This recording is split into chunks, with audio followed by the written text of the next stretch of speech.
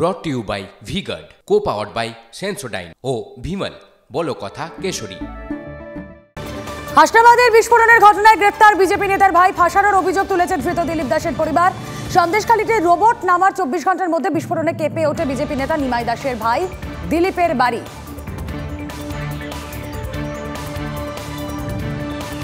এটা তো একটা সম্পূর্ণ চক্রান্ত করা,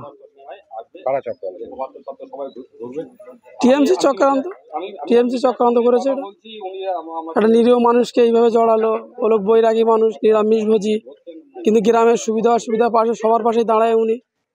সব পরিকল্পনা, কারণ বিগত একটু পেছনের দিকে যান, গেলে দেখতে পাবেন এই পঞ্চায়েতের গত পঞ্চায়েতে নিমাই দাস, দিলীপ দাস সহ এই দক্ষিণ শিমুলিয়া অনেক বাসিন্দা কিন্তু অ্যারেস্ট হয়ে গেছে। এই টিএমসি চক্রান্ত করে মিথ্যা মামলায় এদেরকে জড়িয়ে দিয়েছিল। আর এই ঘটনার পরে রাজনৈতিক চাপানোতর তুঙ্গে। কি বলছেন বিজেপি নেতা তাপস রায়, কি বলছেন তৃণমূল নেতা শান্তনু সেন, শুনবো। এখন দেখা যাক তদন্তে এবং পুলিশে যেটা করা হবে সেটাই। আর একটা কথা বলছি যে সন্দেশখালী নিয়ে যে কথা বলা হচ্ছে, কারুর বাড়ি খুঁড়ে আর্মস অ্যামুনিশন পাওয়া যাচ্ছে, বিদেশি যোগ পাওয়া যাচ্ছে, নানান ধরনের অস্ত্র পাওয়া যাচ্ছে, সফিস্টিকেটেড যে অস্ত্র কলকাতা পুলিশের কাছে নয়, এগুলো সব এই শেখ শাহজাহান আর তার সাকরেদরা যে ধরা পড়েছে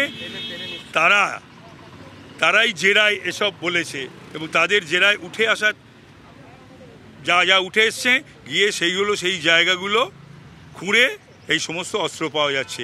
বাংলার পুলিশ কি সন্দেশখালীর ঘটনায় যখন সেখানে দেশি বোমা পাওয়া যাচ্ছে, সেখানে এনএসজি আসছে, আর বিজেপির তাবর নেতা যার সাথে বিজেপির অন্যান্য নেতাদের সংযোগের একাধিক প্রমাণ পাওয়া যাচ্ছে, তার বাড়িতে যখন বোম পাওয়া যাচ্ছে, সেখানে যখন বিস্ফোরণ ঘটছে, তখন সেখানে কোথায় এনএসজি, তখন সেখানে কোথায় এনে মণিপুরে যখন গণহত্যা চলছে সেখানে এত অস্ত্র উদ্ধার হচ্ছে, বা বিজেপি শাসিত রাজ্যগুলোতে যখন এত অস্ত্র উদ্ধার হয়, তখন সেখানে কোথায় এনএসজি বা কোথায় এনআইএ। ভোটবঙ্গে বিপুল টাকার অতীশ। কলকাতায় লাগাতার আয়কর হানায় নগদ 2 কোটি টাকা উদ্ধার। অনলাইন বেটিংয়ে জড়িত সংস্থার মালিক ও ছেলের বাড়িতে তল্লাশি। পান মশলা ও গুটখা নির্মাতা সংস্থার অফিস ও বাড়িতে তল্লাশি।